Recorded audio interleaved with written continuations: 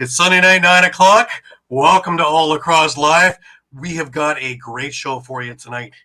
We've got Tony Kersell of the New Westminster Salmon Bellies and, of course, your Philadelphia Wings. He'll be on in about 10 minutes' time. But in the meantime, I've got Shawn Slaght over in Moose Jaw. How are you, Shawn? Doing good. Thanks, Gary. Excellent. And I've got Muffler Mike Kostiuk over in Connecticut. How are you, Mike? I'm doing good. Excellent. We have a lot of things going on that are, a little bit outside of the normal realm. We've got a leak from the league. It's Tuesday's announcement, but we have details on that we're going to get to. We have some retirements. We have some other news. Plus, we have a lot of movement in the NLL and the Vancouver Goodbye Tour. And as they clean house and change things around to the way it used to be. Anyways, just before we get rolling, just a reminder to everybody that episodes are streamed live across Facebook, Twitter, YouTube, and also Twitch. And you can catch all the action on EOPsports.com. Remember to smash those subscribe, follow, and like buttons, and always share with your friends and family. You can enjoy all of our affiliates. As you can see, we have shows aplenty almost every day of the week. You got the Broad Street Bullies podcast, Philly Press Box Radio, all across, all the time. That's us. Edge of Philly Sports Live, Birds IQ, Patterson Avenue Fanatics, Talking Philly Sports with Matty B, Devereaux Sports, Painted Lines, and Party on Broad, as well as Steel Steps on Friday night. If you missed a show, no worries. You can grab all the podcasts on all the major podcasting companies, which include Amazon, iTunes, Google Play, TuneIn, Stitcher, and Spotify.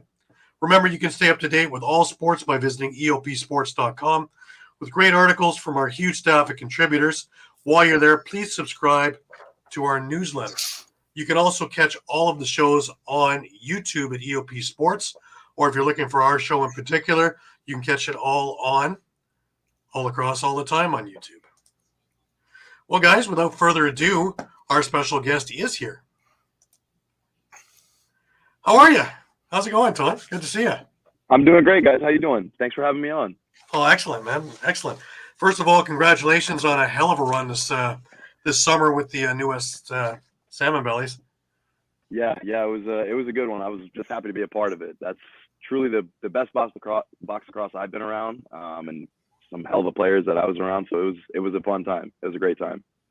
I got a question for you on that. What was the difference? Because last year we were talking about, me especially, what's going on with New West and why can't they kind of get over the hump? And this year it was Steamroll City. What was the difference? So that's a good question, just because I think I'm kind of getting involved with it a little bit more the more I play box lacrosse and the more I'm starting to understand it. And I think it's just because I think being out west, number one, the Man Cup being out west for sure is teams want to stack up. It's a lot more prideful. They want to win it when it's in the West for sure. Mm-hmm.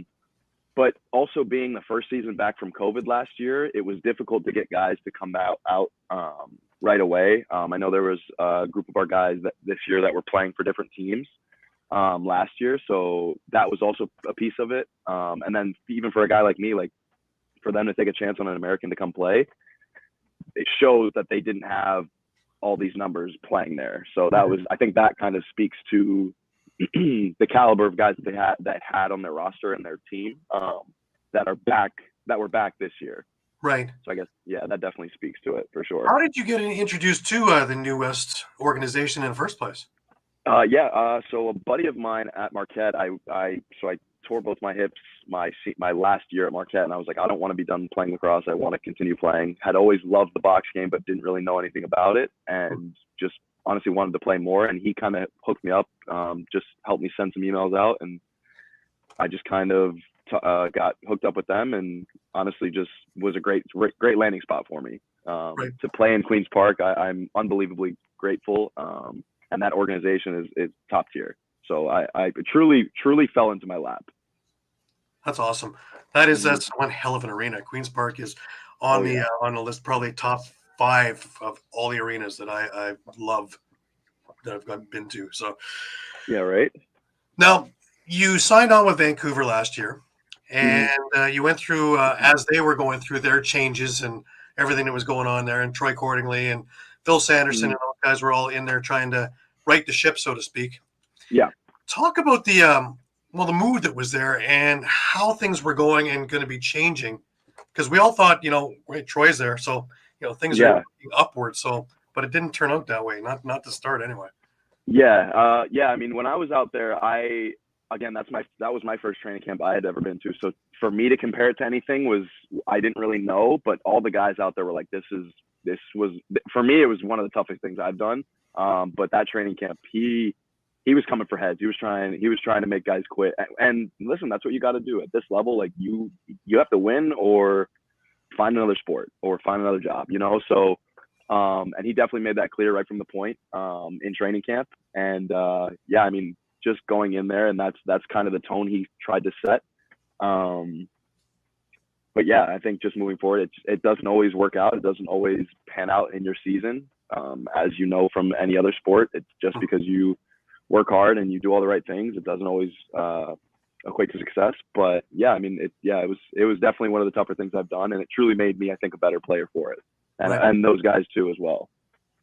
One of the other things that come across to me is you had a chance to play for the PBLA, and we had a couple of our friends who was referee in chief and a few other things. So I knew a lot of things beforehand that was going on.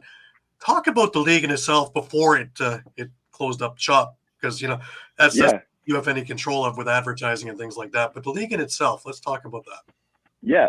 So honestly, another great opportunity that when I was cut from Vancouver, I was like, dang, this kind of stinks. But the Warriors guys were like, hey, like, go to this team, like, go continue to learn the game. We're going to continue to look at you. Like, this doesn't mean goodbye, but it also is not like, you know how it goes. They can't really say we're going to bring you back, but if you play well, then they'll continue to look at you. So this was something that I tried to look at it as positive as I could. But when I got there, I was extremely surprised in some of the, again, not right away. I think it was the level wasn't obviously it was a big difference from the NLL, but the level in the beginning was not as high as it was at the end, because at the end they started bringing a lot more of these players like myself that were just not quite at the NLL level, or not there yet, or just not making the cut.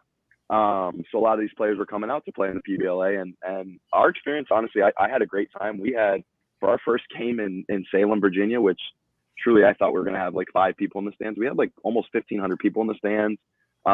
We had little kids like coming up asking for autographs, and it's like, what, you guys, there's not even lacrosse around this area. So it was honestly, it was a cool experience. Something that I'm proud to say I was a part of.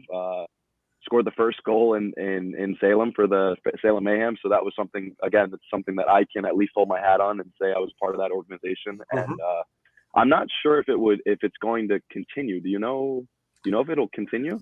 They are still looking for advertising and restructuring, so it is not dead. So okay, it's still an idea. It's a great idea, exactly. Because up in Canada, of course, we have the Arena Lacrosse League.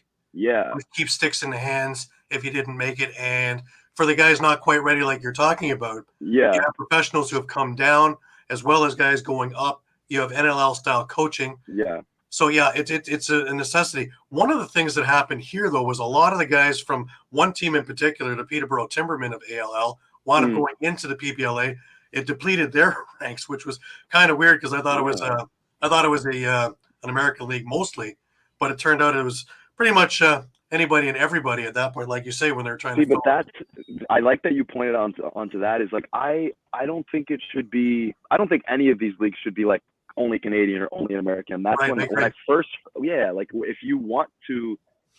if you stand by your product and you're like, hey, we're trying to create the best atmosphere for lacrosse, like it shouldn't be like it's only this or only that. Like, and that was kind of my biggest drawback when I first heard of the PBLA. Is like, I don't want to be in a league, or I don't want to be in a league where it's like the best of only this group or only that group. Like it should be the best players are playing. And I think that's when it started to get some more of those NLL bounce back guys.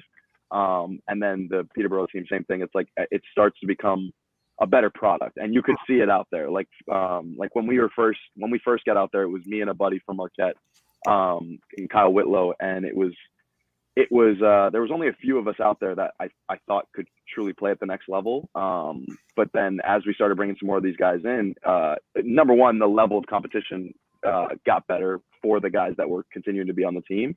But then as we started bringing more players, it was the level of lacrosse continued to rise, and it was a lot cooler to be there and play with those guys, because it was a little difficult in the beginning for sure. Right. But How yeah. did you feel your game was improving as you were playing there? Because you're getting more playing time, obviously. Yeah. I mean, listen, I'm still continuing to learn the box game. I'm the first to tell you, I'm first to raise my hand that I'm not a veteran in this game. I'm continuing to learn it, but they're definitely in Sanderson and our coaches there. Truly, I think, I don't know if I just made them smile a little and they just kept helping me out or whatever it was. They saw potential in me for some reason, and continue to help me. And it's truly just asking questions. Mm-hmm. And not having that ego on your shoulder and saying like, oh, I'm the best. I don't need anybody else's help. Like, no, like I'm trying to learn it. I want to get better. There's a reason we're here.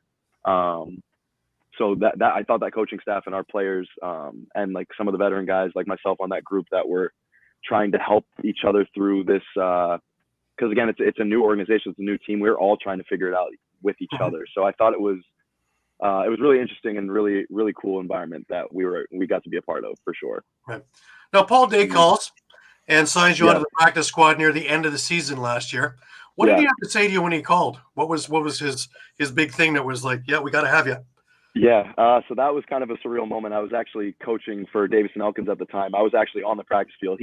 I knew, so Mitch is my buddy from last summer with the Salmon Bellies, and he, I think, obviously put in a good word, and Randy, his father, as well, was, I think, doing a good job selling me up. But yeah, I think Paul Day gave me a call and was like, hey, listen, we like to take Americans who are extremely athletic and extremely talented at the field game, but are still new in the box game. Like, I mean, you can see throughout the roster, it's a lot of Americans who are learning that game and have found a home there. And they kind of said the same thing with me, like, hey, that's what we're looking to have out of you. And the way he kind of described it to me, which is like, this is kind of how I see it too now. You can get one of these guys who's like, probably should have taken over me. Some of these box guys have been playing that are truly probably better players at the time, but they kind of have their ceiling, you know, like they know the game. There's no more you're going to teach them. Right. That their game is not going to drastically improve, at least. Like, it'll get a little better, of course, like with time. That's just how it goes with practice and training camp and all these things. But with a guy like myself, you have a higher ceiling, but which is probably one of the reasons Vancouver saw me as a risk, is like, I could pan out to not play. You know what I'm saying? So, and I think that's something that Paul Day seems to believe in me enough. And I've shown him enough in practice and training camps to be able to, or sorry, not training camp, but in the practices in the short time I've been there in the 5 games, have clearly shown him enough to see like, hey, this kid is playing and will pan out.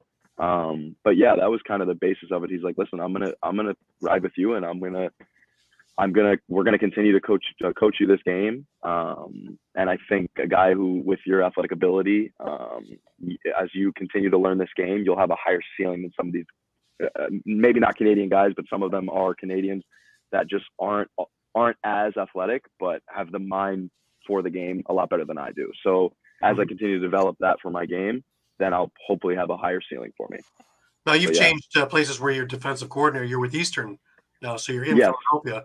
So it's even better because now you're staying close to the team. Yep, which is also something I had to, when I was looking to, like, all right, what's the word for next year with Paul Day? We were kind of having those conversations. He's like, oh, you're going to be in market. He's like, dude, that makes it even easier on us. Like 100%. Let's like, we want you back either way. But having you in market, like you're going to be able to practice with us nonstop. You're not going to miss anything. Like, so it's only going to help my career, number one, but then also I'm in market. I get to help out with camps, and other things along, like with media days and things like that they want to have the players more involved in. So if I can be a positive presence with not only Eastern, of course, but with the community of Philadelphia lacrosse. It's something that they're always looking to do. Like many of these teams, they want guys in market if you can do it, especially if you have like another job that kind of ties you there. That's what they're all looking for. You will love that fan base. That fan base is nuts. Absolutely crazy. Even the little while I was there, I was like, oh my God, that's what you want to play for, you know? Like you don't want to go out and play for 20 people. You want to play for, like, when I first got there, I was like, holy crap, this place is packed. And I was obviously, I warmed up and then got back in my suit. But when we were leaving the arena, I had people coming up to me like, maybe some things I won't repeat for my Philly fans, but it's truly it's cool because these people care. These people are invested in what I do and what my teammates are doing and telling me like, oh, we should make coaching changes and we should do this and that. And I'm like, dude, I'm a rookie. You think I have a say? Like, what do you mean? But yeah, no, it's. I think I'm really gonna enjoy my time there, and I've got some friends out there that, yeah, same thing. They love it out there. Have grown up there. That they're super excited for me to be in Philly and to hopefully stay with the Wings for a long time. But yeah, so I'm super excited about being there. That's awesome. Just before I get you over to my associates here, one more question for you. Your connection with wheelchair lacrosse. Yeah. Talk about it, because lately I've heard quite a bit about it, and there's been a lot on there about different things on the internet. Mm-hmm. Now to have somebody who's actually involved coaching it, let's talk about it. Yeah, and I feel terrible because with Man Cup I've kind of had to step away this last little bit, and not step away, but kind of just like a hiatus for a little while because I was in Canada, so I wasn't able to get out to our most recent national championship. But my Milwaukee team, they actually just won. This is their first national championship, so go Eagles. That's what I'm talking about. But yeah, no, it's something that I through Marquette actually, it was something that our team just kind of spearheaded in Joe Amplo and Jake Richard, who plays for the Atlas. Yeah, they kind of just headwayed that when I was first brought on my freshman year in 2016. And at first I was just like, oh, I'm not really sure. And it's something that, like, I don't know, you're as a young kid, you don't really know what all these things are and the impact you can have on people's lives. So when I first got out there, I truly didn't know what to think of it. We were doing it in what we call our old gym. It's a real dusty old spot where Dwayne Wade used to play, but it's a little more run down now. But it was our home. And yeah, so when I first started getting out there, I was a little bit more nervous and I didn't really know how to interact with people and how to do things. But I fell in love, truly just fell in love with building relationships with the guys and girls out there. And it was something that I will never look back. Like, I want to be in the future on the board of the U.S. Box Lacrosse, or Wheelchair Lacrosse Association, because I think they're doing amazing things for veterans especially, but also just like disabled and some of our adaptive athletes. Like, it's just amazing that I want to continue to pour myself into, and I want more athletes to do the same, just because it's similar to normal lacrosse. It's everyone is about the right thing. Most of the people are about the right things, and the people who aren't obviously don't get it, and hopefully they will one day. But like the game of lacrosse, it's all about love. It's all about continuing to coach the youth and the next generation, and it's the same way in wheelchair lacrosse. I'm yelling at those guys the same way I'm yelling at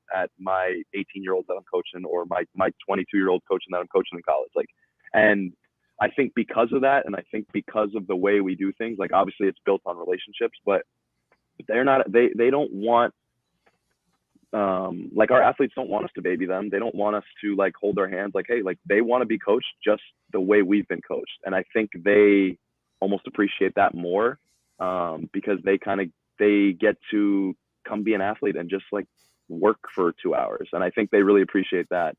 Absolutely. Yeah. They're not disabled. They're just doing the gig. Right. Exactly. So it's something that I fell in love with. I love it. And I'll continue to do it for a long time. That's awesome. Do you see it growing, like leaps and bounds? Everything else? Yeah. So I'm actually, again, it's so tough and I feel horrible, but I started a Miami team down here in the last year, but I haven't been here to be able to coach it. So I'm home right now, and I've been here for 4 days. I leave tomorrow morning, or tomorrow at like 12, to drive out to Philly. And it sucks because I can't really be hands-on with it right now. But with this team, the Miami team, along with there's a team in Maryland. There's a few other teams that, like, in the past couple years have just started. And Houston, there's one in Houston. I'm trying to think of another one.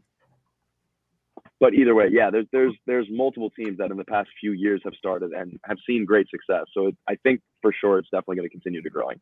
And for now, there continues to be like 2 or 3 at a time ABs, which is like for me, like I have the ability to walk, obviously, but we want it to be dominated by wheelchair athletes, obviously. So hopefully it'll get to that one day where it's fully wheelchair athletes and no ABs. And I hope one day that it'll get to there. But as of right now, we still have a few just to continue to grow the game and to keep it fast. Yeah. All right, Mike, any questions you got? Yeah, I mean, I guess my biggest one would be you already mentioned, you still have a lot to learn about the box game, as you're, attempting to try out and make the wings. What would you say your biggest personal goal would be as far as improvement in your game? Like, what part of your game are you looking to improve the most this year? Yeah, I think that's kind of changed. I thought this summer it was definitely defense. This summer was defense for sure, along with a little bit of face-offs as well, because I just kind of have been thrown into taking face-offs. I took face-offs in high school, but it was really just with a pole, and I would just stand up and just whack the guy, and it would just work out. I mean, that's really what it was. Hit him in the ankles. He's not going anywhere, right? Yeah, I'm hitting him over the head most of the time. The Florida refs, they're not calling it. They don't care. But yeah, so I would say probably the biggest piece is like the mental part is just like learning to play the game, I guess, free. Like Blaze Ridden talks about this a lot, but just like playing free, and then face-offs as well. I want to continue. I'm sure you guys know that Baptiste is in San Diego, so I know that that face-off spot is open, and if that's something that I can do to get some time on the floor, along with playing defense, I think it can only help my case. So yeah, I think that's something that I would like to continue to add to my bag. Shawn?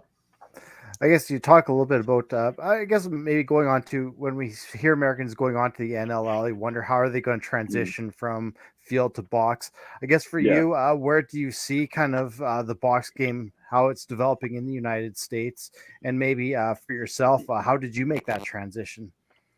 Yeah, it was definitely, I see it's getting huge. It's getting so much bigger and bigger.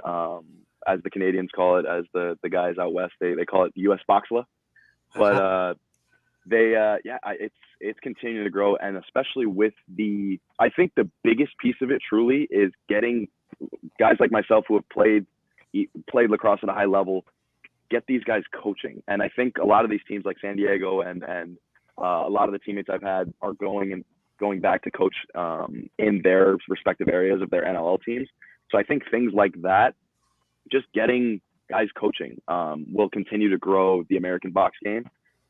Because like I said, it's you have so many untapped athletes that truly don't know the game yet, that are like, when I played box lacrosse here in Florida, like we're playing field box. I'm still shooting down the alley. Like I'm taking jump shots and stuff that you don't really see in the real like traditional box lacrosse game.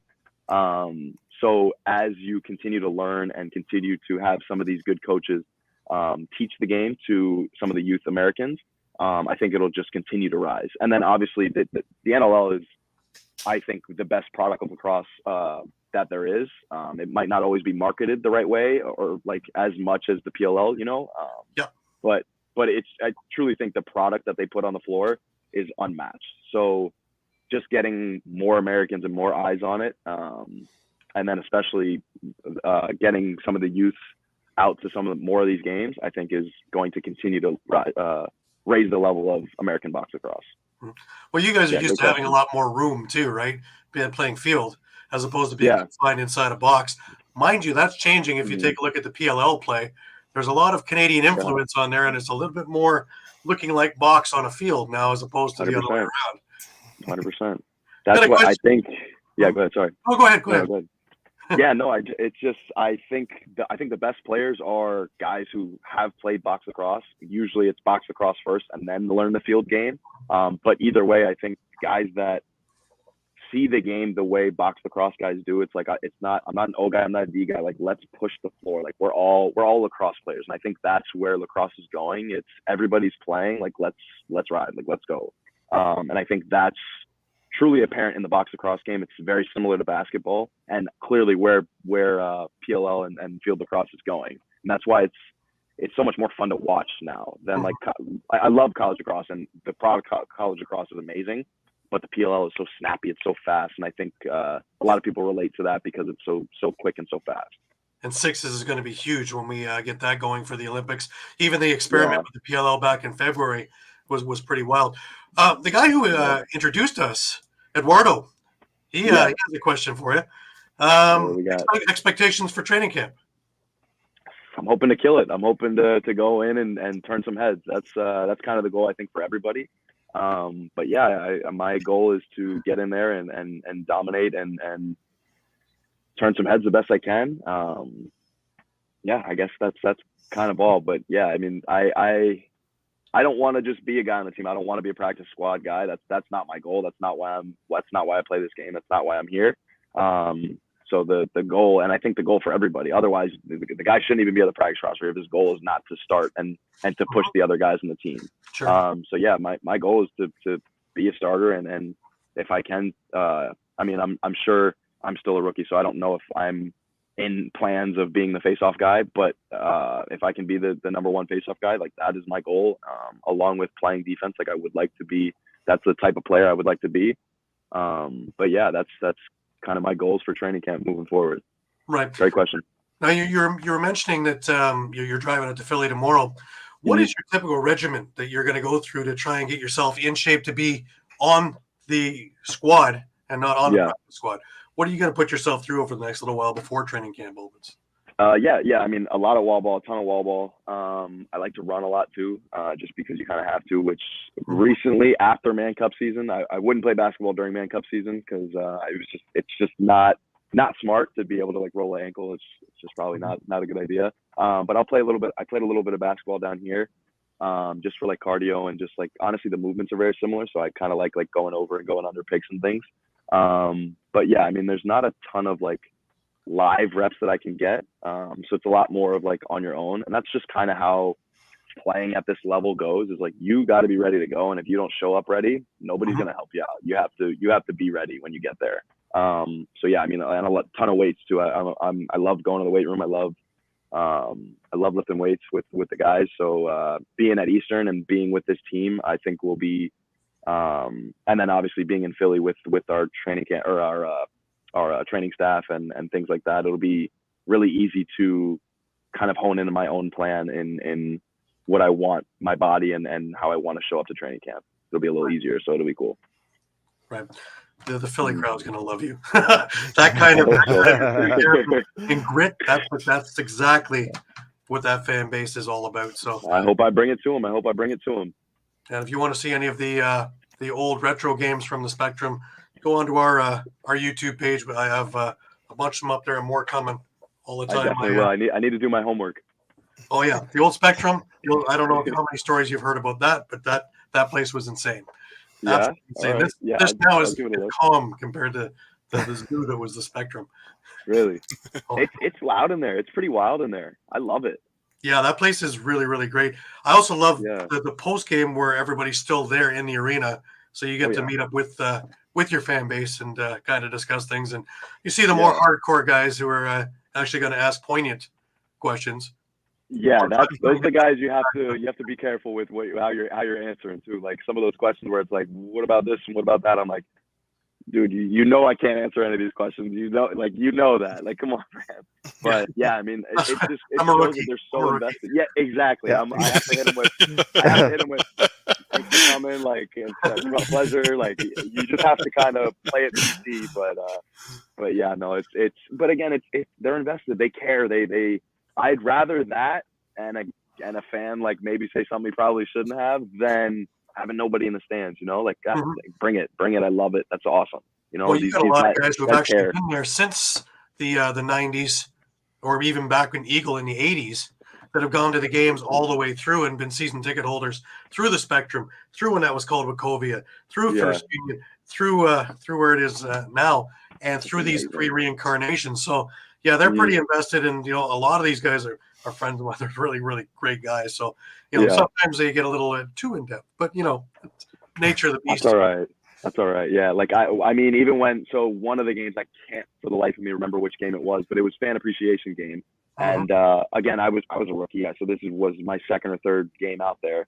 And same deal for me. We warmed up and I put my suit back on, showered, put my suit back on. But afterwards I was heading out to leave.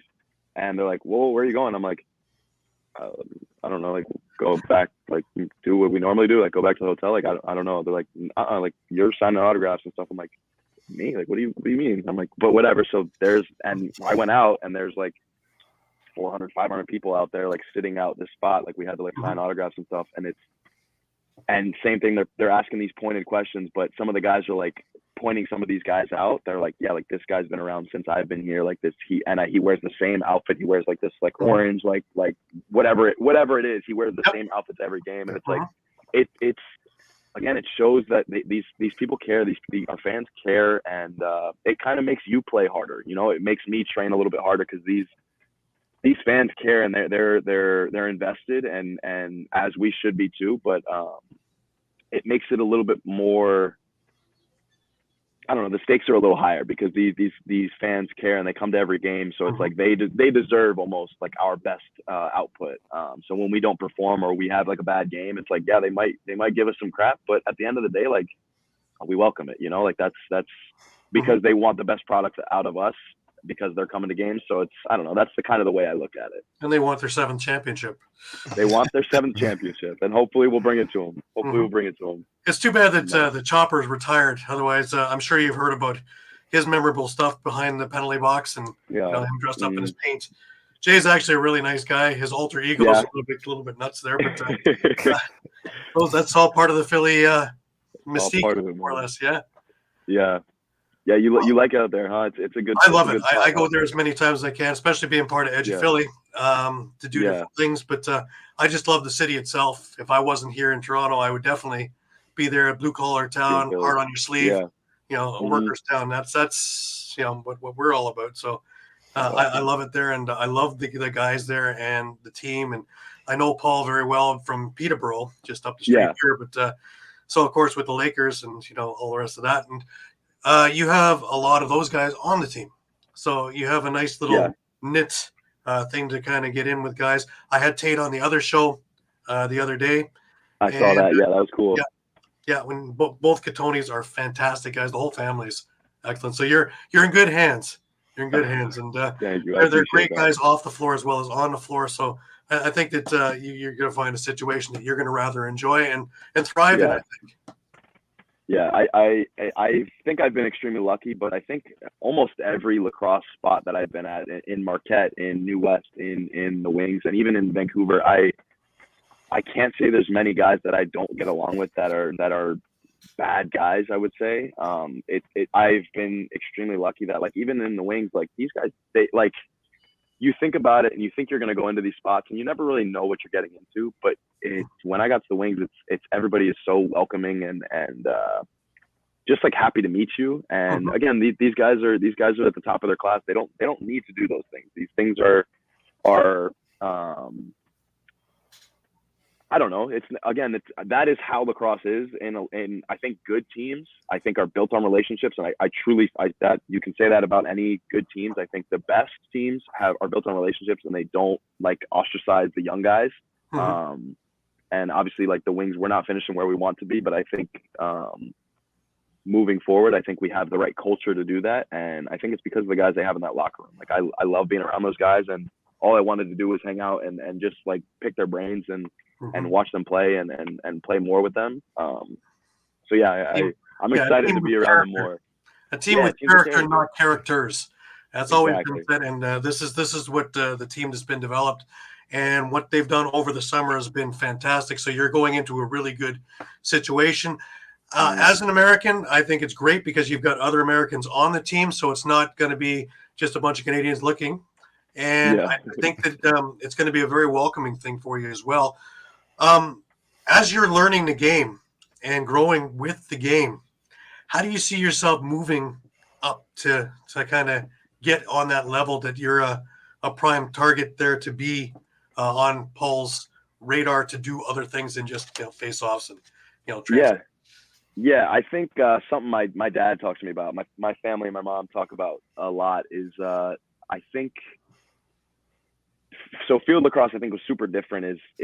I played LSM and D-Midi. It was mostly, and I would push transition when we had it, but it was mostly like I loved to cover guys. Like I was a big like cover guy, and I was like I was like a blanket. Like was my job. I was covering our number one guy. I was covering, and we would put like myself or our pole on like the number one cover guy. And that's kind of what I prided myself on. So when I like transitioned to box, I was like, I don't really push the floor all that much. So it was something that I had to get used to. But I think that's something where it's like, dude, like go. Like I think my stick skills have graciously improved in the time I've been playing box. And so I think just doing that and not looking to like let off the gas and let guys like play with us, and instead like double down. Like let's go. Like let's push the floor. Let's go and try to make plays. And obviously like making the right plays, making it at the right times. But I think that's something that I would like to show these coaches, that I can do those things, and I can be a threat in transition and pick up loose balls in the middle of the floor, and or play defense and pick up these loose balls and push transition and cause some good opportunities. So that's something that where I think I can impress people with that. So yeah. Well, I want to thank you for taking the time with us. We wish you all the best of luck. We hope that you keep in contact with us and let us know what's going on. And you are always welcome on the show to talk about whatever you'd like to talk about. And I hope it's going to be a lot of inside stuff from, being on the team. Yeah, exactly. Thank you guys so much for having me. It was a pleasure. Thank you guys for all your awesome questions. I appreciate it. Take care. All right. That was Tony Kersell of the Philadelphia Wings. And let's hope he gets on the main roster. I think he's got a great shot at becoming the face-off guy there. I think that kind of grit and that kind of panache that he has and that will is going to go a long, long way. Definitely. Oh, yeah. Alrighty. That was great. And for anybody, you can take a look at a lot of those retro games on our YouTube page at All Across All the Time. More coming up probably in the next week or so. There'll be a few more games coming up. And pretty much every month I'm able to increase it by 2 or 3. So give us a look over at All Across All the Time on YouTube as well. And please, while you're there, subscribe. And you'll never miss when everything comes up. Lots of interviews, fights, all kinds of stuff out there for you. All right, guys. We had some news from the we're going to have some news from the NLL this week. Like everything, it gets a little sloppy when there's enough hands in there. And it looks as though it's been released a little early. So much so that Ticketmaster actually had it in Philadelphia. Yes. The next year scheduled to buy games. And then when they found out, oops, it's too early, they took it off. But not before the fan club was able to broadcast that they had 4 Saturdays and 2 Sundays and a Friday and a Thursday afternoon and whatever. So, yeah. So let's take a look at the announcement here. That what we're thinking is that the National Lacrosse League is getting rid of its East-West divisional format. It'll be 15 teams fighting for 8 playoff spots. Still an 18-game schedule, but they play every team at least once. And 4 opponents, they're going to play twice, which will be home and home. Me personally, love it. We're going to get these things like we had at the beginning of the NLL, where you can actually have a Rochester-Toronto final, and Caleb Toth may not be there in spirit, but he'll be there in spirit, scoring that overtime or that last-second goal to win a championship. Because the way the divisions are set up now, it is impossible. It is impossible to get Buffalo and Toronto. It is impossible to get Calgary against Saskatchewan. Not anymore. I think this is fantastic. For the guys who are saying, well, they have to do travel. Well, the guys in the East and the West have had to do that continuously anyways. The guys in the center, like Saskatchewan, doesn't matter where it is. They're going to have to do the same amount of travel. So now for teams like the Torontos, like the Rochesters, like the Buffaloes who hop in their car and drive for an hour and a half to their game are going to have to go through some of the other rigors. And if you're going to be the champion, you might as well go through all the elements. Mike, what do you think? Yeah, I agree. I think it's great for the game. Most of the comments I've seen online have been pretty positive toward it. A lot of them are of the nature of, hey, I finally get to see, this team or that team that maybe, if you're, say, in Georgia or in Halifax, maybe you haven't seen Vancouver come to town. Maybe you haven't seen San Diego come to town. Mm-hmm. I think as part of that leak, Philadelphia is hosting San Diego for the first time, if I'm not mistaken. Right. Well, Even Tate said it on the other show. He hasn't been to 3 or 4 of the arenas, and he's been in the league a couple of years. I was gonna say I think it's been a couple of years since the Rush have even seen the Rock, just because the way scheduling's gone. It was COVID, and I was at that game. I was one of 5 people that were cheering for the Rock. It's very lonely. I was doing high fives with a guy from the other side of the arena. We had that. It was amusing for a bit until we took the lead. But I guess that's the other thing too, is just putting it into one division. It's something I know we've talked about before. It's always that issue with having 2 divisions is there's always that one maybe weaker team that gets in the playoffs just because they're in the other division, right? Mm-hmm. So now you're just getting the top 8 teams. There's no weaker team getting in because that's the divisions how the divisions played out. It's also even playing the teams, so it's not like you played a weaker team 5 times, and this team had to play the top team in the league 3 times. And put L's in the column for that, and changing everything. Everybody's playing everybody, and everybody's playing probably regionally for the other games, which only makes sense. And that'd be an advantage or disadvantage for everybody. Vancouver's going to play San Diego probably twice, or Calgary probably twice, or Saskatchewan. Whereas Toronto's going to wind up playing Rochester, Buffalo, Albany, maybe Halifax as their 4 games of double. That makes sense. Where it gets a little bit strange is probably where Panther City and Georgia, and then there's nobody really that close. I guess Philadelphia would be part of that one, and then we move on from there. But even with a few logistical problems, for the general consensus, I think that we're on to something pretty good here, and we'll wait on Tuesday for confirmation. But pretty much the cat's out of the bag on this one, and I love it. I think that somebody in the league office or a bunch of people in the league office are seeing things the way they should be.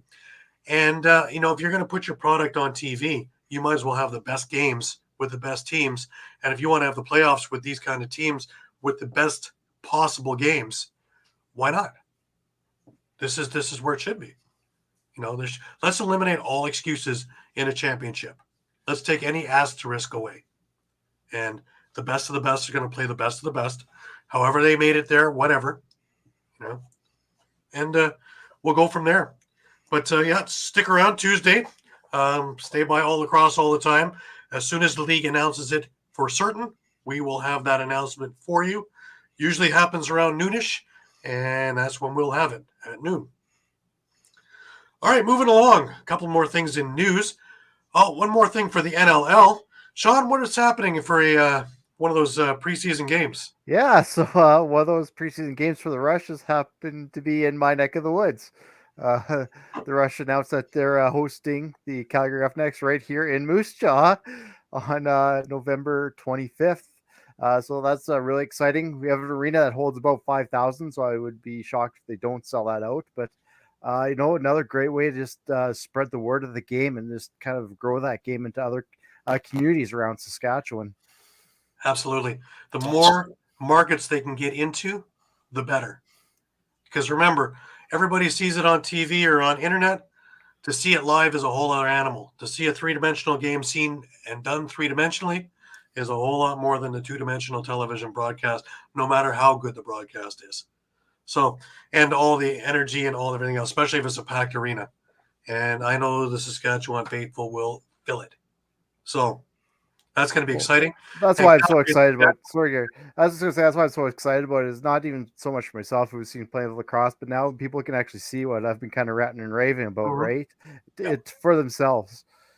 For sure. And like I say, Calgary and Saskatchewan never been much fans of each other. So you're going to see, even in a preseason game, you're going to see a Buffalo-Toronto kind of preseason game. 2016, right? Yeah. Preseason, yeah.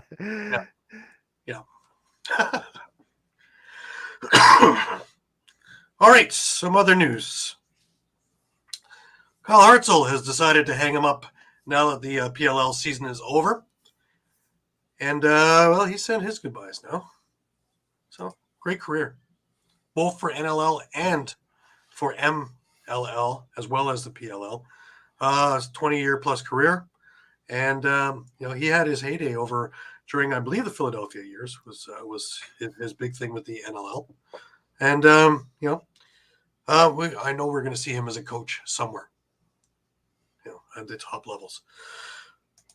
Here's what it's really great. I actually had a chance to meet Herbie face to face. We've been Facebook friends for years, but we actually had a chance to meet at the President's Cup, and the NLL has taken him on as an official, and I believe he's one of 3 Indigenous now as an officials, and I think that's fantastic. And it actually shows that the league is moving forward. It's so nice to say that. In this day and age where everybody's doing things upside down and backwards, that we actually have it's refreshing. We have a league that's listening and doing things proactively without having to have a lot of pressure on them to do it. So it was Herbie all the best. You had one in Saskatchewan too that they got it right. Shawn? Yeah, Jesus, his name escaped me right now, but yeah, we do have one official in Saskatchewan as well. Yeah. All right, moving on. This is a great one. Johnny Davis, probably the greatest lacrosse player ever. I think he had something like 2,500 points in an 8-year career professionally. Still around at all the Peterborough games. You can catch him at Sticks before games, and you can catch him at all the Lakers games. 79 years old, still strapping on the helmet and the gloves and still doing charity stuff. He's got a new knee, So now he's got 2 new knees, and away he goes. Didn't miss much golfing in the summer either. So it's great to see Johnny out there and still doing things and still being a part of the game. All righty. Eduardo. Getting rid of Bulldog there, eh? Yeah, they're looks like they could have a new mascot coming in, so might have one release coming from the Rush with the Bruiser going. That's too bad. I like Bruiser. First you lose the Hulk, and now you're gonna lose Bruiser. It's a whole new world out there now. That'll probably be Buffy the Bison coming in there. All right. Before we go into all the NLL stuff, we had a championship game today, believe it or not. We've had so many of them recently. But the PLL had their championship. And, the first thing was a little bit before the game, because we saw Connor Field get hit last week or 2 weeks ago. And still before game, it wasn't official that he wasn't going to play. But just before game time, we had that Connor Fields was downgraded and was not going to be playing for the Archers. And in his place, pretty good replacement, I would say. Reed Bowering. I replace most players on my team with Reed Bowering. So, and he made an instant impact in this game also. A few things about this game. Number one, the Archers did prevail. I was completely taken aside that, in all that weather, these guys played as though it was a nice sunny day in San Diego. It was, weather didn't look to be any issue whatsoever there. Mike, what do you think? Yeah, I thought it was pretty impressive that we didn't see a whole lot of, just slipping and sliding and, flailing in a mud pit. So, kudos to the field crew. I guess it's super Absolutely. In Pennsylvania for keeping the field in such great condition, and just speaks volumes to the athleticism of all the players in the PLL as well. Now, this was a strange game. It looked, off the hop. The Water Dogs got off to a decent start. First of all, we were scoreless for a good chunk of the first quarter. And all of a sudden, Ryan Conrad got a goal, 1-0 for the Water Dogs. An absolutely booming shot from Mac O'Keefe. Tied this thing up 1-1. Of course, Michael Sowers playing in front of his family and friends, Philly boy. Put it up to 2-1 for the Water Dogs. And that pretty much was the end of the Water Dogs for a while. A 2-point goal by Ryan Ogevin, who, believe it or not, the only reason that he was there was because he had such a great tournament in February in that Sixes tournament that they just couldn't leave him off the squad. So he earned his spot there. We talked about that. When the NLL guys aren't in this, will other people be able to step up? Bingo. Here we go. And he got himself a 2-point goal off of Mac O'Keefe feed, and all of a sudden the Archers were up 3-2. Kranovitz, he was emotional. He was pumped. He was ready. He got a goal, and it was 4-2. Trey Leclerc with another beauty, and at the end of one, it was 5-2. And it really looked like, it didn't look like the Water Dogs had any answers. And the second was no different. Grant Ahmed again, early on in the second, and it was 6-2. Matt Moore, 7-2. Tom Schreiber with an absolutely beautiful, beautiful goal off the post. Vintage Tom Schreiber field play. And, it was 8-2.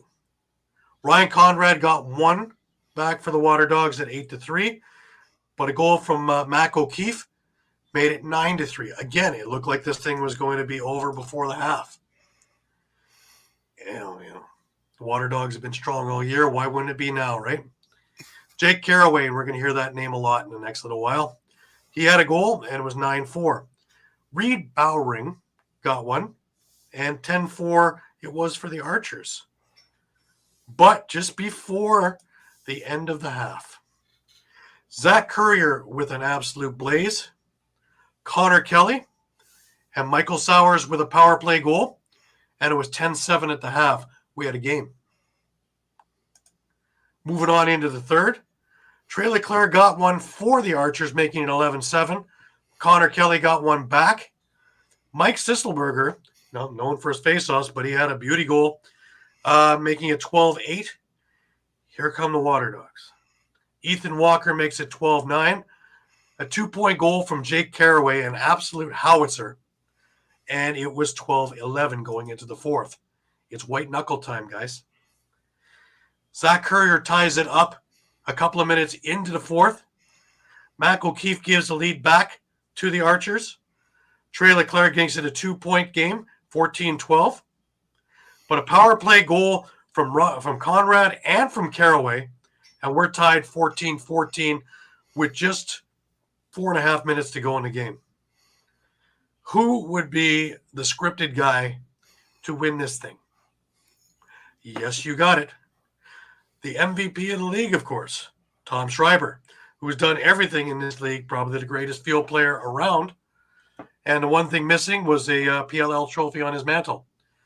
Well, with 1:37 left, Tom Schreiber scores, and we have highlights in the little clip package that I have. And you would think it ends right there, 15-14. But with a couple of seconds left, Jake Carraway fires a 2-point shot just outside the arc. And but for a toe from Brett Dobson, who wound up being the MVP in this game, and it went over the crossbar, saved the game, that was it. Dobson made 18 saves, looked cool as a cucumber. He had made 13 saves at the half. This was the correct choice for the MVP. Let's look at a couple of the highlights of this thing. I put together a little package of some of the goals in there. If I put together all the highlight goals, well, we'd be here for 25 minutes. So please enjoy. Real power play. Sowers. Dobson goes up to make the save, but Carl keeps possession. Under 10. Sowers inside. He scores! Yeah, what do I know? Well, they went with some urgency. Yeah, right? all gas, no brakes. Second-year pro, Brett Dobson. Third in the league in save percentage, one of the best outletters in the world. Yeah, and credit Rogers for pushing that upfield. They have a little 3-on-2, that open space.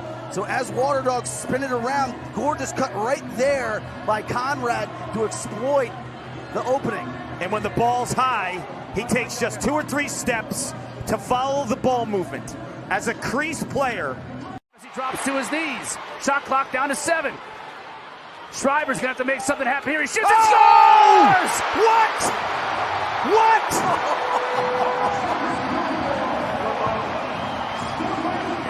You talk about taking matters into your own hands.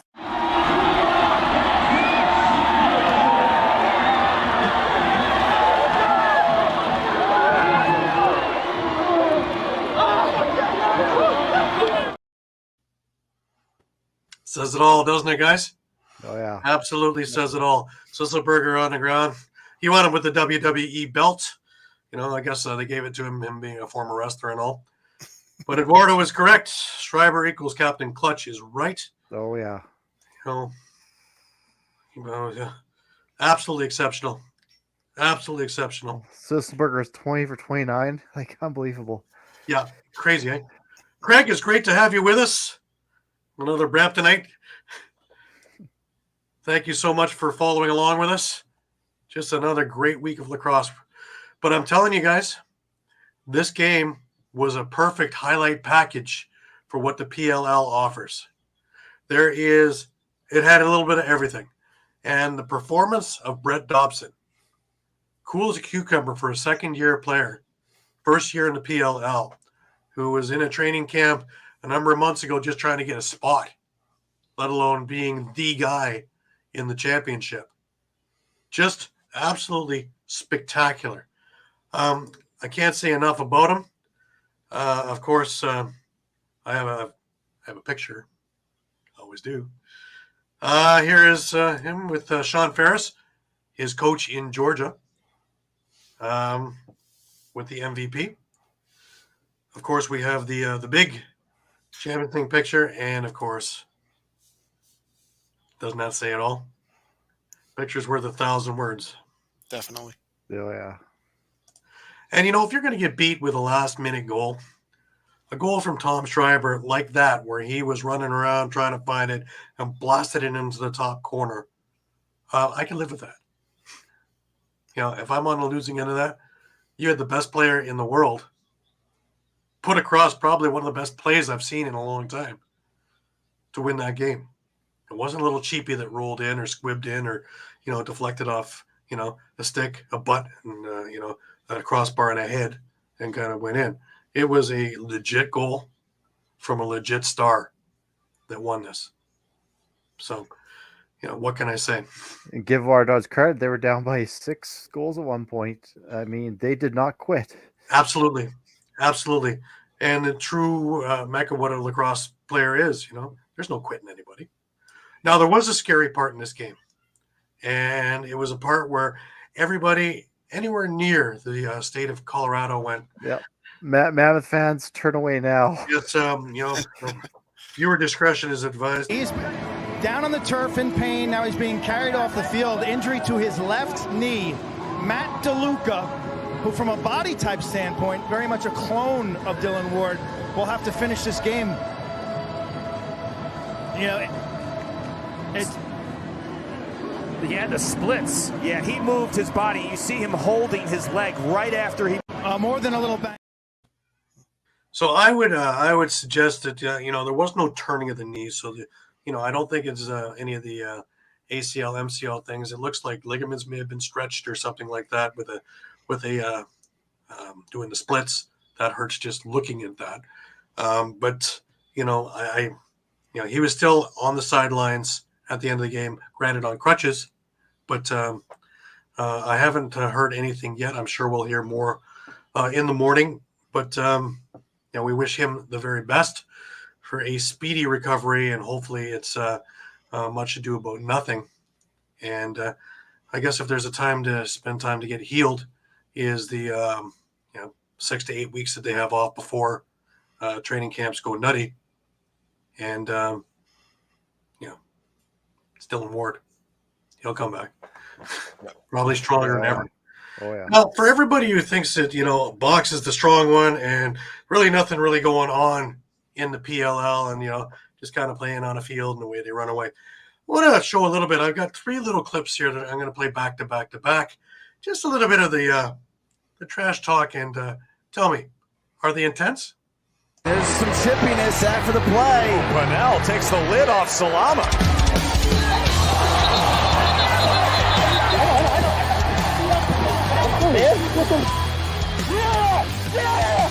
Hearts, I'm not hitting you. Nice. What are you gonna do? You're a nobody. You're a nobody. There we go. Who are you? Come. Get out of here. What are you gonna do? You're a nobody. You're a nobody. Love that. On to number 2. Lid off Salama. Can we stop this? This is bull. This is bull. You can't get on me. Look, he came to me first, though. What are you gonna do? What are you gonna do? Just to the head. Or what? You ain't a tough guy. You small as boy. I'm right here. You're still salty. Yeah. Obviously, Ian McKay. We know that he's got gumption. Notice the Rowlett's always in these. Notice that? Good push, Glazer. Why are you so upset? That's a good Canadian. If I knew your fucking name, I'd call you out. Hey, let's go. I didn't kick you in the nuts. He's not diving at his feet. He's going to get him first time. What are you talking about? Hey, go to your side. Do something then.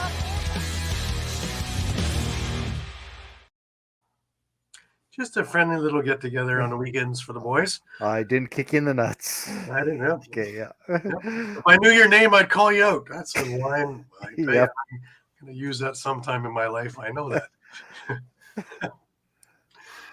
We know what you are. Now we're just haggling over the price, basically. Pretty amazing stuff. Remember, the top 4 teams in the PLL will be now going into the tournament in February, which, of course, those teams, pulling up the standings because memory isn't what it used to be. I believe it would be Archers, Cannons, Water Dogs, and Redwoods, I believe. Archers, Cannons, Water Dogs, and Redwoods is correct. Yes. Mike. Very good. Very, very good. I keep looking for Atlas, and now They're down there. they're still there, but the water line is here. Also participated. Yeah, get the participation ribbon. Yes, yeah, well done. Yeah, nobody wants to see any players go down yet, but absolutely, that was a heck of a game. What more can you say about it? That was a great PLL season. Yeah, honestly, with all the seasons that I've been part of, to me, this had the most, and it was probably the most athletic. And, again, we talked about this before, about with them only keeping their players and not letting them play anywhere else. Did it hurt anywhere? No, I think it helped, especially with the Senior B going nutty, trying to win the presidents this year until the rules change next year, where Senior B will be Senior B again. But in the meantime, at least it had more players an opportunity to play in Senior A. So, and of course, as fans of the PLL, we saw some of the greatest playing around. Hey, look, Lax Philly is with us. Hello. Welcome. Thank you for following along. All right. A few things from the NLL, guys. Just moving right along here. Vancouver continued their changing of their identity. And we've watched them over the last number of weeks with a fair amount of signings, some old and some new, and some revisited. But now they did the bye-bye tour to make room for them. And gone is Owen Barker. Gone is Tyler Codron. Gone is Connor Goodwin. Gone is Matt Delmonico. Gone is Tom Semple. That's a lot of guys that we just went gone to. Yeah, that's a whole not fooling around. It's a quarter of your roster right there. So that is a whole new identity going to go in there. Active roster. So yeah, Molosky's not fooling around here. No, he also brought back James Ray. So that team is going to be, although a little bit older than we're used to seeing, it is going to be a force. And when you take a look just at the goaltending that are going to be fighting for these positions, you have Aiden Walsh, you have Aaron Bold, you have Connor O'Toole that you drafted in the first round that you traded up to get in the first round. I don't know. There's going to be all kinds of – it's going to be fun to watch how this is going to work in Vancouver, because for the first time in a long time, there is a buzz going on in that city about the team that they're going to field, long before they even know who's on it. And I don't remember, maybe San Jose was the last time that I remember this kind of excitement about a stealth/warrior team prior to the season. Even the Washington/Vancouver years where they were winning didn't have this kind of interest peak. So, and with the Canucks on the backing of it, I think that this is going to be a really, really interesting time for them. Yep, I do believe they are playoff bound. Could be, yeah. Mm-hmm. And he proved that. Levi Anderson proved that in the President's Cup, just how good a player that he is. Yeah, great pick for the Russian draft. We went through this a little bit earlier in the show, but personally, me, love it. I love it. I think that it puts no team at an advantage. Every team's got to do the traveling. As fans, we're going to be able to see all the teams, and we're going to be seeing our teams play all the teams. And to have regional things for the last 4 games of the season makes sense. It makes sense for travel, and it makes sense for rivalries. So stay tuned on Tuesday when it becomes official. But we know that this is the way it's going. Like I say, Ticketmaster in Philadelphia kind of, took the cat out of the bag to prove it by putting the games up before taking the games down again. So kind of funny. I don't think it does. I don't think it hurts the East. I think it gives them a chance to actually play other teams than Buffalo, play other teams than Toronto. If you have 2 powerhouses as Buffalo and Toronto, and you're sitting there as Halifax, you're already doing a lot of traveling. But now you get to go and see Saskatchewan, Calgary, Vancouver, San Diego. And may the chips fall where they may.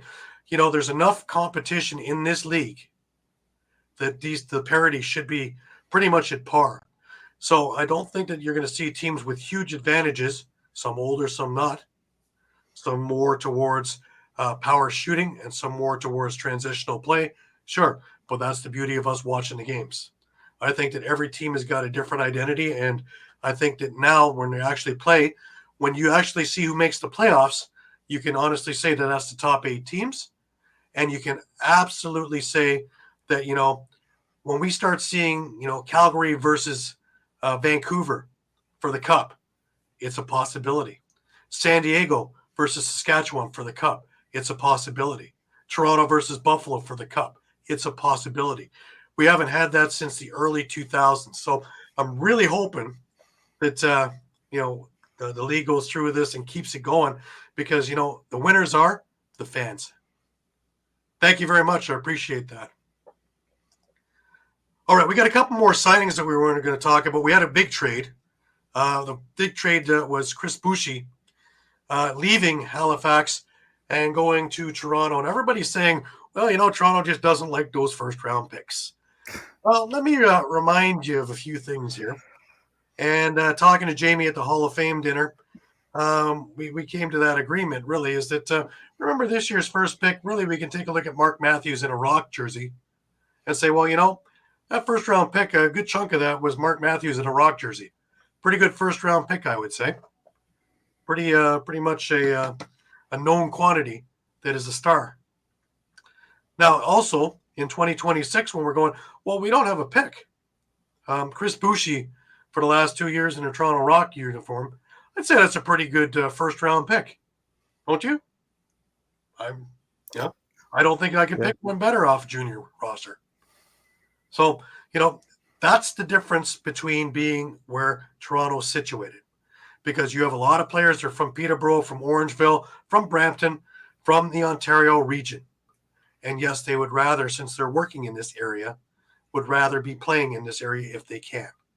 And if they're at that level and Jamie comes knocking, they're coming. Buffalo has the same advantage. Rochester has a little bit less of that advantage, small town, small market, but they still have a little bit more of that advantage than, say, Saskatchewan or Calgary or Panther City, where they need their picks because that's how they're going to get these guys there. and sign them for a couple of years. That's the big difference. So One when I see caveat, these first round picks going away, I'm not really that concerned. one caveat I may put on that, Gary, is, for instance, like someone with Mark Matthews. Yes, you're getting that for first round pick, but is Mark Matthews going to be your future in 5, 6, 7 years? No, but by that time you're going to have something, and there's going to be other free agents coming, right? So yeah, these free agents are rent a bit for a couple of years, but by that time you're going to have other guys whose contracts are up or coming because they're still living in the Ontario region. That was my whole point. Thoughts on the Nighthawks trade draft? The original one that saw Hogarth and Vela go, I was a little bit taken aback about Hogarth because he's your big body inside, in front, and really does do it well. And then the more I started thinking about it, and because a lot of their draft picks are going back to school, but you're getting Thomas McConvoy, right? From first round pick, first overall last year. He signed on. And I really like him. And I think that he's going to make a splash, as well as some of the other moves that they've made. Now, remember, Connor Fields is going to be there, Ryan Smith. You still have the majority of your thing. The one thing that they needed a little bit more of was transition. And I think they were looking at the draft and doing things like that. Mike, what do you think? Yeah, I have to agree. There were certain signings that I think were key for them. Mitch Ogilvie, for one. Mm-hmm. I think Tyler Halls and Tyler Biles I would put on that list.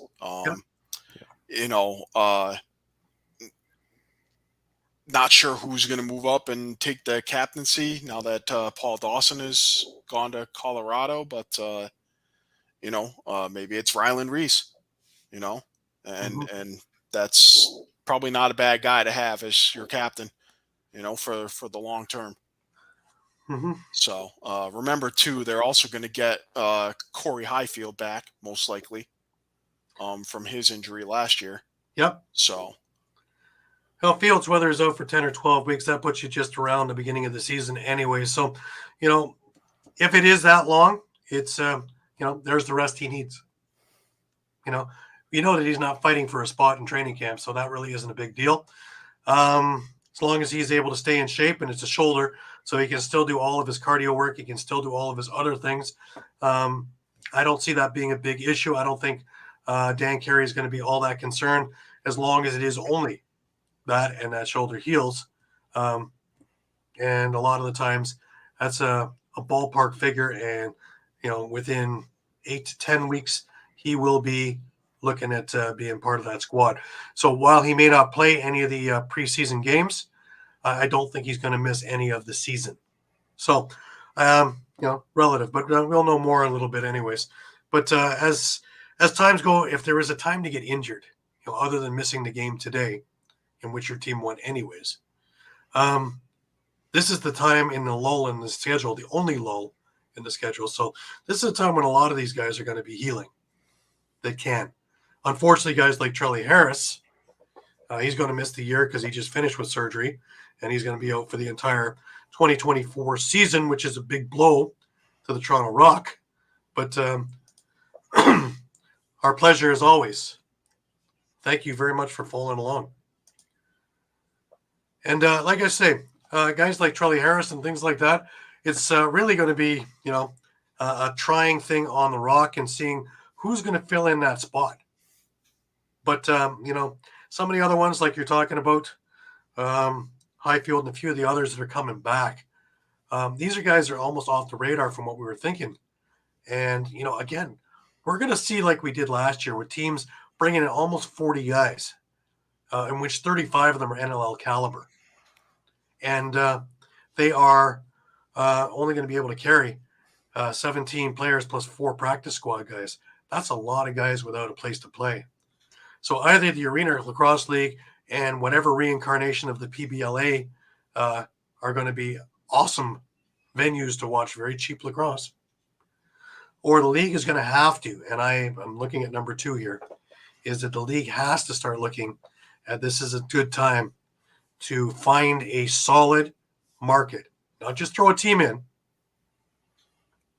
but to find the right market to put in 1 or 2 teams, because We worried about whether there's goaltending. Well, we got goaltending aplenty. We got a lot of guys going to be sitting on the sidelines, especially guys in training camp who even still think they have a position will be sitting on the sidelines too, because they're not going to be carrying 2 goalies on their practice squad. So, there's going to be a number of NLL viable goalies, as well as a buku amount of players that are looking for homes.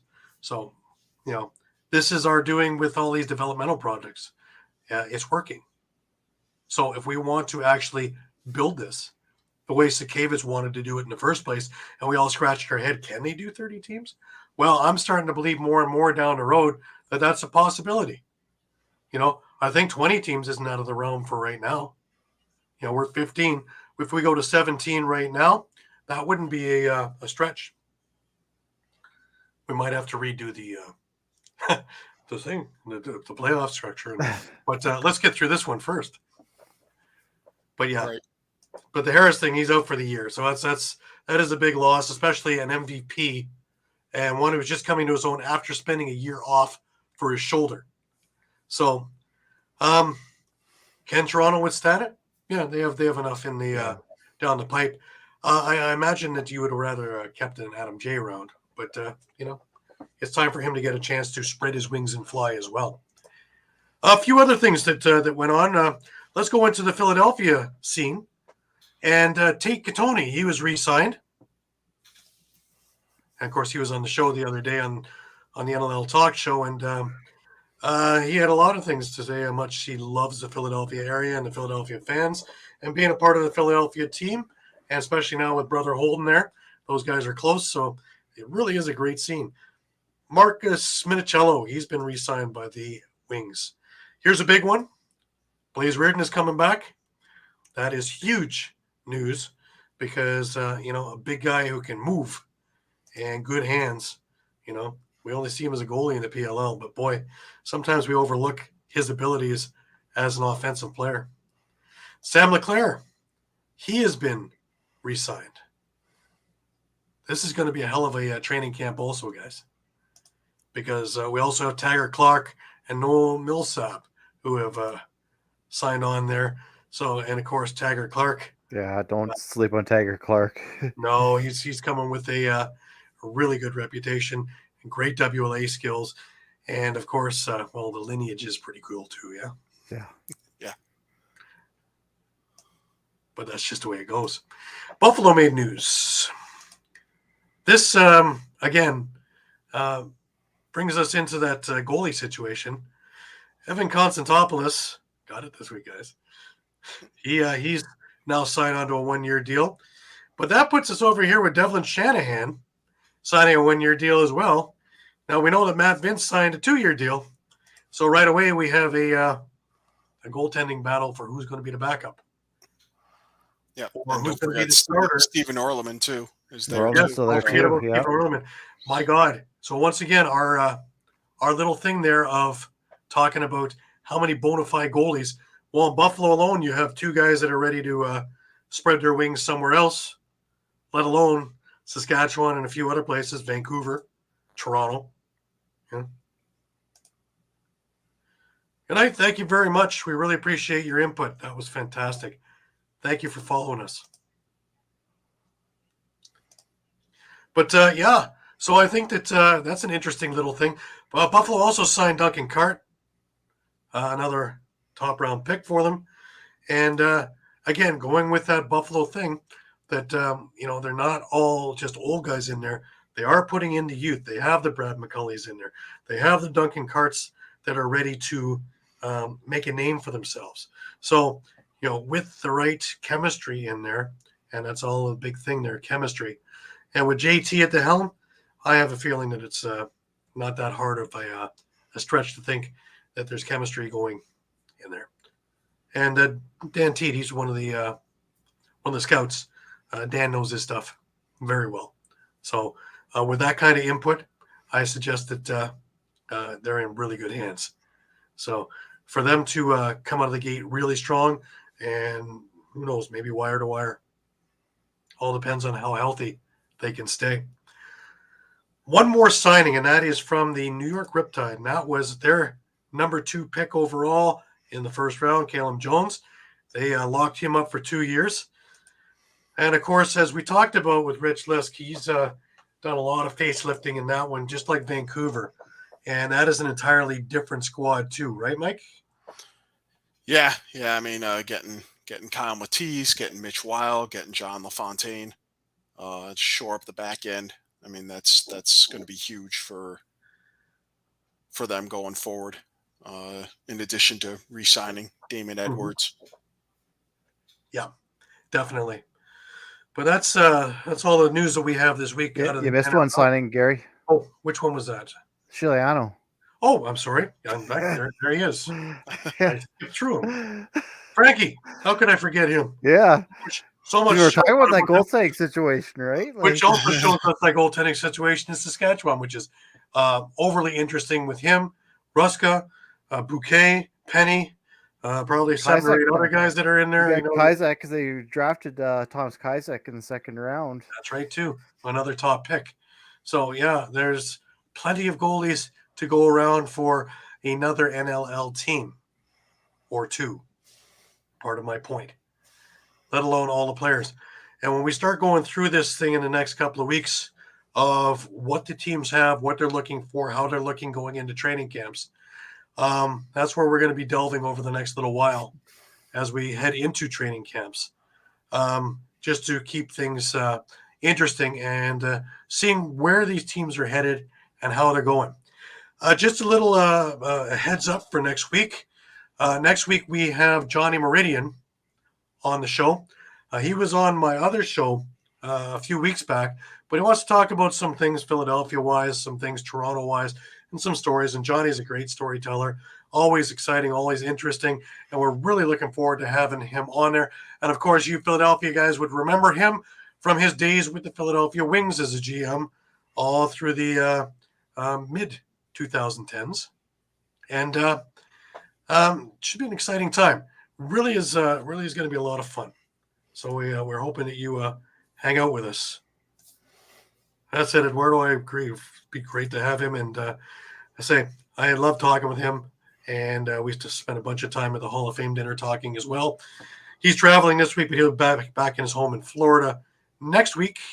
And we will have him on the show. So, again, Sunday night at 9 o'clock next week. Don't you dare miss it.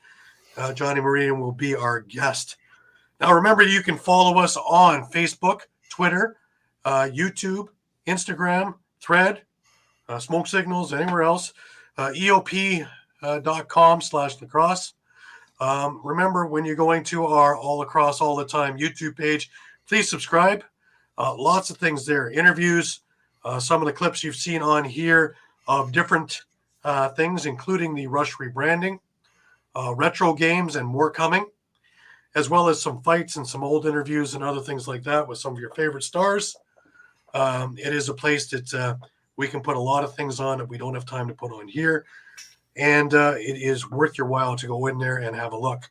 But also make sure you're coming back to us 2 or 3 times a day, because the news is always changing, and we have our finger on the pulse of the situation. And any last words, Shawn?